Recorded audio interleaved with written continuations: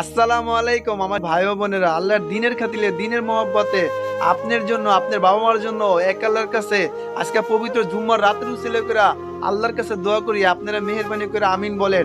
হে আরশের মালিক আল্লাহ, যে ব্যক্তি এই দাওয়াতটা শুনতেছে এই ব্যক্তির বাবা মার জীবনের গুনাহ মাফ করেন।